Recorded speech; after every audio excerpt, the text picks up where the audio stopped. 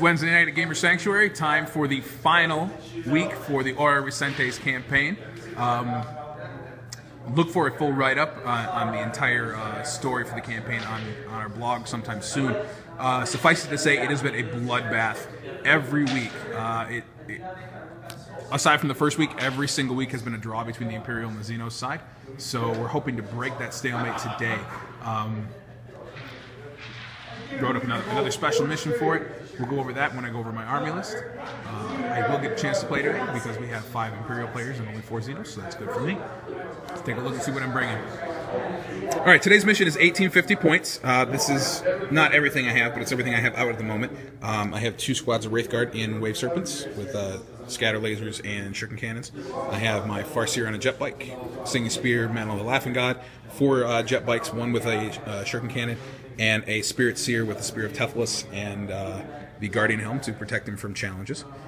I'll get the rest of my army in a minute because that's part of the special rules here. Like I said, it's 1850 points. The mission is, we're calling it the final push. This is the last conflict before both sides are completely wiped out and they can't take anymore. Like I said, this whole campaign has been one war of attrition, where everyone is just winning the first week and then they lose the next week. The only consistency, funny enough, is that Muggin's Tyrannid list is just destroying everybody. He fought to a draw last week, and that was the first time he did not win. So anyone who's saying the new Tyrannid Codex out there is not any good needs to come play against him. Anyway, the mission is set up so it's hammer and anvil deployment. Each player places an objective in their opponent's deployment zone, so that is their target objective. It's worth 5 points. You also have to protect the objective in your zone. That is worth 3. But since you get to place your target, you get to kind of manipulate where you're going to go for it. The other catch to that is that objective actually has a purpose. And there's a list of 7 different special rules that you can select for that objective. You pick one for the objective in your zone, so that when your opponent gets to place, you pick a special rule for it. So it can either be, it can give the unit controlling it Skyfire or Interceptor. It can make ground difficult and dangerous terrain. It can create a null zone. It can be sabotaged. Again, the full list will be up on the blog for you guys to check it out after the campaign is over. But suffice it to say, it should come into play in every game. That's what I'm hoping for. The other special rule for this game, and this is because the campaign has been dragging on. It's been, like I said, it's been super hard fought. Everyone has been asking if they can bring out their special toys. So I gave all the players an option. They get to choose one. They can either bring allies. They can use named or special characters, which we have not previously allowed in the campaign. We don't really like them. We kind of consider them a crutch. But for this mission, you can use them. So, for example, Jeremy is bringing his Dante Nipplewing just because he has 1850 points worth of it and wants to play it. So that's what he chose for today. You can use units from Stronghold Assault or units from Lord of War or from Escalation, which I finally dusted off my Revenant Titan, and I'm going to use him in a battle. Not just a battle, but a video bat run. So that is 900 points, by the way. So that's the rest of my army. I'm trying to match people up as much as possible against people they haven't played, and against relatively similar builds. So I want to see 2 Titans against each other. I don't want to see someone with no Titan having to deal with my Revenant, for example, or someone who's not built a list designed to take out my Titan. So we're really kind of tweaking who gets to play each other. So far, though, it looks like everyone who's going to be playing against everyone is going to be playing against someone they have not played this so far in the campaign. That really makes me happy. All right, so we're going to move into my opponent, see what he's got, do deployment, and get started. All right, for today, my opponent is going to be Jeff. He's one of our newer players, and he is enamored with bikes, as you can see. We did play a game a couple weeks ago. He used his bike list, and I used my my Orc Bikers, and suffice it to say that the Orc Bikers don't stand up to the new Space Marine bike list. I believe he tabled me in 3 turns. It was not pretty. Let's see if we can avoid that today, though. He's going to be using Khan as his special allowance for today, not only to make everybody troops, but to use his Warlord trait. He has a Chapter Master with Thunderhammer, Shield Eternal, correct? Yep. Okay. We have a squad here. It's got Meltaguns. A squad here with Meltaguns in the attack bike as well. Grav Guns and Multi-Melta on the attack bike here. Command Squad with Grav Guns and the Apothecary. 2 Storm Talons. with Skyhammer missiles and a Storm Raven with las cannons, and then a lone tactical squad with Melta and multi-Melta. All right, we are gonna get things started, get things on the table, and start rolling dice.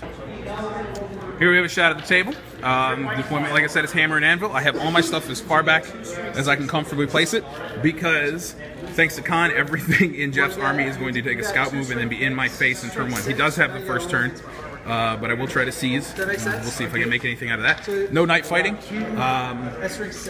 Other than that, not a whole lot. We haven't revealed what each other's objectives are yet.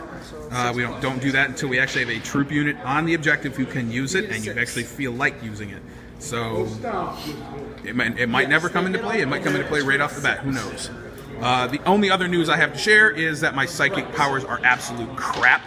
I rolled Embolden and Destructor for my Spirit Seer, who is in that Wave Serpent over there. I swapped out Destructor for Voice of Twilight, of course. And then my Farseer way over here got Death Mission, Eldritch Storm, and Executioner, and I dropped Executioner for Guide. Eldritch Storm is not too bad. I actually kind of like Death Mission with her, with the mantle and all her tricks. She can be pretty tough to bring down in combat with that. Fortune would have been much handier for that, though. And Doom definitely would have been a heck of a lot nicer. Anyway, so Jeff is going to take first turn, unless I can seize. Alright, all those bikers that were right here are now up in my face, big time. The grav guns from the command squad stripped off 2 hull points from the Revenant. They killed 2 of the jet bikes, which actually I have to roll to see if they fail their leadership test. And they're good with the 7, just barely. So that's not going to be first blood for him. We almost had it right here, though. This squad opened up on the Farseer, because I haven't moved yet. She doesn't have her Jinx save, so she had to rely on her 4-up invuln. It failed both of the... actually, she used her 4-up cover save against the grav gun shots. Failed all 4 rolls with the re-rolls. And then, because the bikers were shooting through the ruins, I was able to get my 2-up re-rollable for Mantle there, and she survived that. Barely. I rolled a 2 and 2 3s. But she has a single wound left. So now we're going to move into bottom of turn 1 to see if my Revenant can't thin the herd of bikes a little bit. Alright, as you can tell, that was a pretty successful turn of shooting for the Eldar. The Revenant targeted the command squad in the middle with 1 pulsar and barely killed them all. I had to roll out all the wounds against Khan and the Chapter Master, and I did it exactly. And then he only killed, I believe, 2 bikers from the other squad. Didn't roll that well over there. But the Wraith Guard, the Wave Serpent especially, finished that squad off. And same thing over here. These Wraith Guard all were managed to get in range. The Farseer shot and the Wave Serpent over here shot as well. And they killed that squad too. Yay for Strength 10 Distort weapons. But as per the special mission, or the special rules for this mission, Jeff actually popped his objective, said that there's night fighting now for the entire turn, which is good for him in some ways. But also, all troop choices can come back.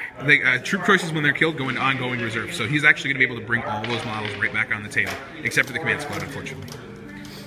So we're going to move into turn 2 and start pushing the Eldar upfield a little bit.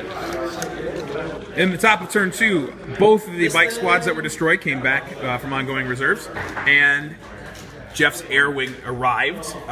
They proceeded to try to shoot a little bit of everything. The multi-melta from the Storm Raven shot at my Wave Serpent. Everything else shot at the Titan. The Storm Talon here tried to pick off my Farseer, hiding in the ruins, right there, with a single wound left. And the other Storm Talon shot tried to shoot at that Wave Serpent also. Net total of nothing. Both shots that penned my Titan were hit. They hit hollow projections instead. I made 1 Jinx save over here, and my Farseer made all 8 of the 2-up cover saves she was required to make.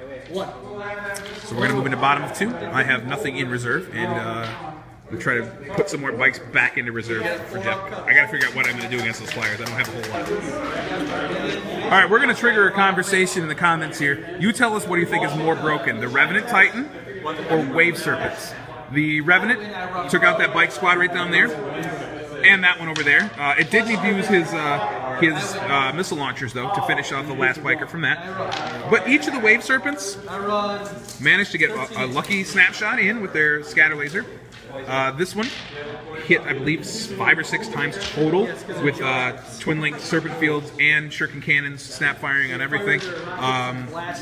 Penned it a couple times, failed his jink, blew it up. Oh, I'm sorry, no, I penned it with the serpent field, which ignores cover, so he does not get a jink save for that. And then over here, I only hit with 2 scatter lasers and 2 shuriken cannons. The serpent field failed to do anything. He decided not to jink, trusting that I would not roll 2 5s and a 6, which I promptly did. So I wrecked both Storm Talons in a single round of shooting with the Wave Serpents. So again, put in the comments below what is more broken. A unit that is meant for massive games, designed to take out other massive targets, or a unit that is a dedicated transport in its codex, the only dedicated transport in its codex. I think we're going to know what the answer is. Moving into turn 3, though. All those bikers keep coming back at me in waves. Alright, Space Marine turn 3. This squad comes on and tries to take out my Farseer. Hits her a whole bunch of time with bolters, and she failed 1 save. But thanks to the Mantle's reroll, I got to reroll that, and she's alive. That squad turbo boosted on. This squad moved forward and tried to shoot Melt-A-Gun at the Wave Serpent and rolled a 1. That was I think the 5th or 6th one in a row that Jeff had rolled because we had gotten to this point. His Space Marines outflanked and came in behind the Titan because it's only armor 10 in the back. Bolters can hurt it. Proceeded to miss on the Snapfire multi-melted, miss on the Melted-Gun, miss on the crack grenade he threw, and then didn't roll a single 6 for any of the bolters. So the Titan's still okay. He still has 7 hull points. Battle markers, tokens, very cool. Then, of course, the Storm Raven shot its last 2 missiles, multi-melta and las cannon at it, hit with 1 missile, the las cannon and the multi-melta, and rolled 4 1s for his armor penetration on all of them. So, not a single mark on that Revenant from the Storm Raven. So we're going to move now to the bottom of 3, and I'm going to see how many more bikers I can send into reserve. Alright, bottom turn 3. The Revenant jumps forward, wipes out the bike squad here, and the one over there, and combined fired from those Wraith Guard, jet bikes, and the Revenant's missiles launcher finished the squad up in front here. So they're all going to come back on again this turn. We're going to do a running total of how many times the bike squads have all been destroyed, too, by the way. The Farseer and this Wave Serpent only managed to kill 2 of the Marines out here, so she jumped back on the other side of the Titan for a little bit of protection. And that's it. Oh, this is the Wraith Guard over here. These guys jumped out. I have Voice of Twilight cast on this for the Spirit Seer to allow them to run, because they were within 12 inches, and they were able to get all 5 guys close, but I only hit twice. I forgot to Spirit Mark the Storm Raven, so I only hit twice, but I did pen twice, and he failed both with Jinx, and I rolled with 1-5 and blew it up with my AP2 D-Cannon shot. Again, my objective gives me anti-air. So it gives me Interceptor or Skyfire. We're going to move into turn 4 with more bikes just trucking along the table. Alright, top of turn 4. Bikes all come back on. This squad again tries to finish off my Farseer. She makes her saves again.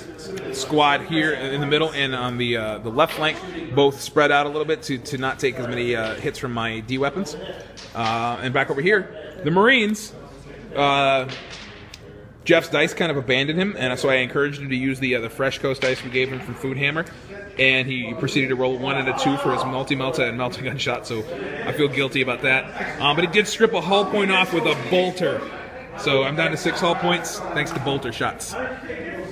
Bottom of 4 coming up. Alright, this was a weird turn for me. I couldn't finish anything off. I blew up the Rhino with one of the Wraith Guard squad, and the Wave Serpent and the other Wraith Guard, and the Farseer. Actually, the Farseer, I'm sorry, threw her spear at the Rhino and missed. There's 2 Marines left in this squad I couldn't finish off. They're okay. These 2 bikers are actually part of a squad that the Titan shot at and failed to destroy. So they're okay.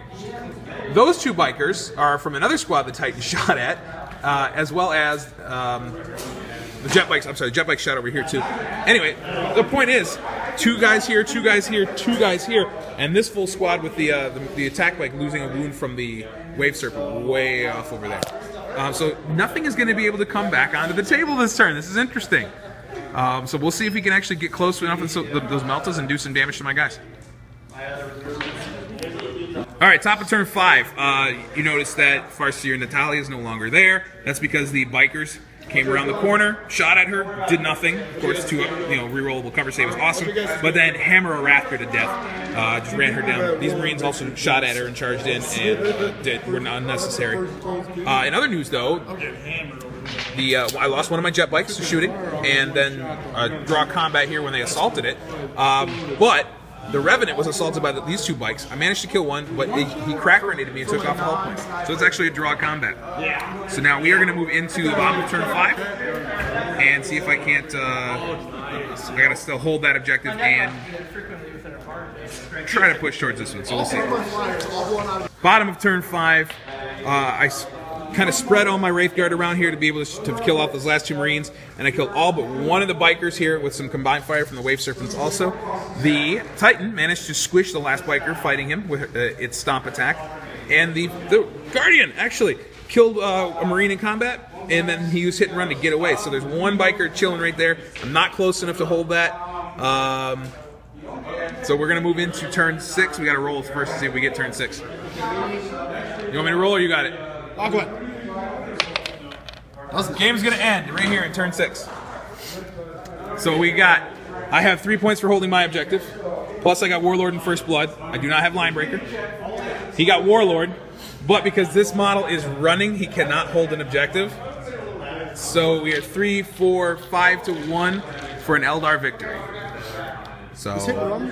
What was that? Does hit and run count as Oh, that's right. No, you hit. That's right. You hit and ran. You're not running, so it's 5 to 4. Okay. 5 to 4. So it's still an Eldar victory, not by much. It was good. It was a really close one. Like I said, if I had rolled a 6 on my consolidate, I would have been able to contest that objective.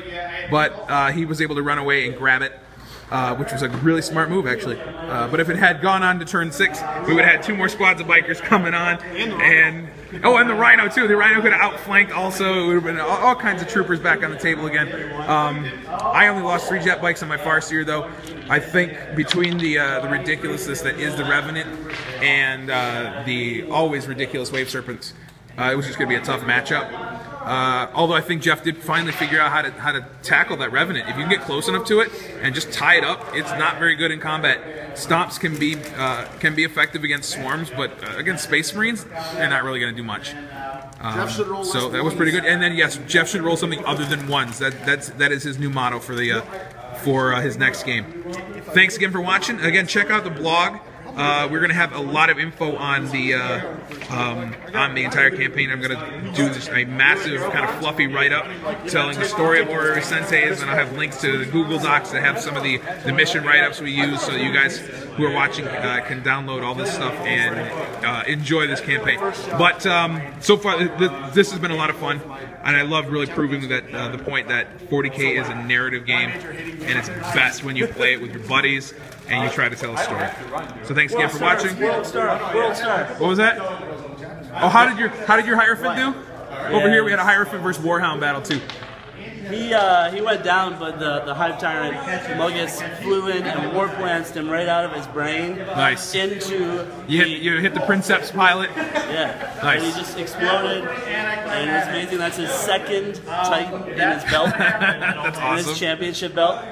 How did the Red Overseer do? Red Overseer has been Mike's Crimson Overseer. Excuse me, has been Mike's detachment commander the entire campaign, and he has been unbelievable. He took another sergeant's head. He took another sergeant, but no captain or anything like that? No, I killed his warlord. The Hierophant shot some spore mines out of its mouth. And just blew up the librarian. So I didn't have the opportunity. The Crimson Overseer has 4 detachment commander kills in this campaign. Not just warlord kills, detachment commander kills. And again, check out the blog to see what that actually implies. And that's pretty epic. He turned into a total badass by the end of this campaign. So, and I think everyone's having fun here. This game, I want to just show this real quick. You guys are in turn 5? Ignore this. Turn 4. All right. Are you recording this? Oh yeah. Just pan over to here. Some stupid stuff happened. Put your Archon and your Incubi back up there. Oh god. This is turn 4. Have you guys finally had First Blood yet? Let's just imagine. Okay, finally. Right. Turn 4 they had First Blood. Mephiston, because I could bring a character, charged in. He had 1 Incubi left and his Archon. I challenged. His Incubi that was left was the character Sergeant and accepted. Yeah. Mephiston killed him. He rolled boxcars on the leadership. The Archon fled. I chased him down and killed him. Okay. The Archon, if he would accept the challenge, Mephiston's AP3. Yeah. The 2-up. The Archon would have been fine. Archon would have been fine. So I killed the Archon by sweeping him. That's nice. Good job. And that was the war. And that was.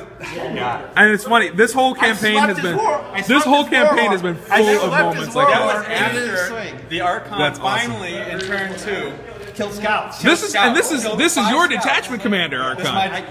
This is his guy who's been sitting here the entire campaign. There's the Crimson scouts Overseer. killed Thanks for holding still. most of my guys. So by that. Yeah, and poor Adam kept losing his detachment commander librarians. We interred him into a librarian dread, and he was killed in the dread. It's just been bad. I took it Anyway, but thanks again for watching. Sorry about the little distractions at the end, but we're having a blast here at Gamer Sanctuary. So thanks again for watching, and tune in for more.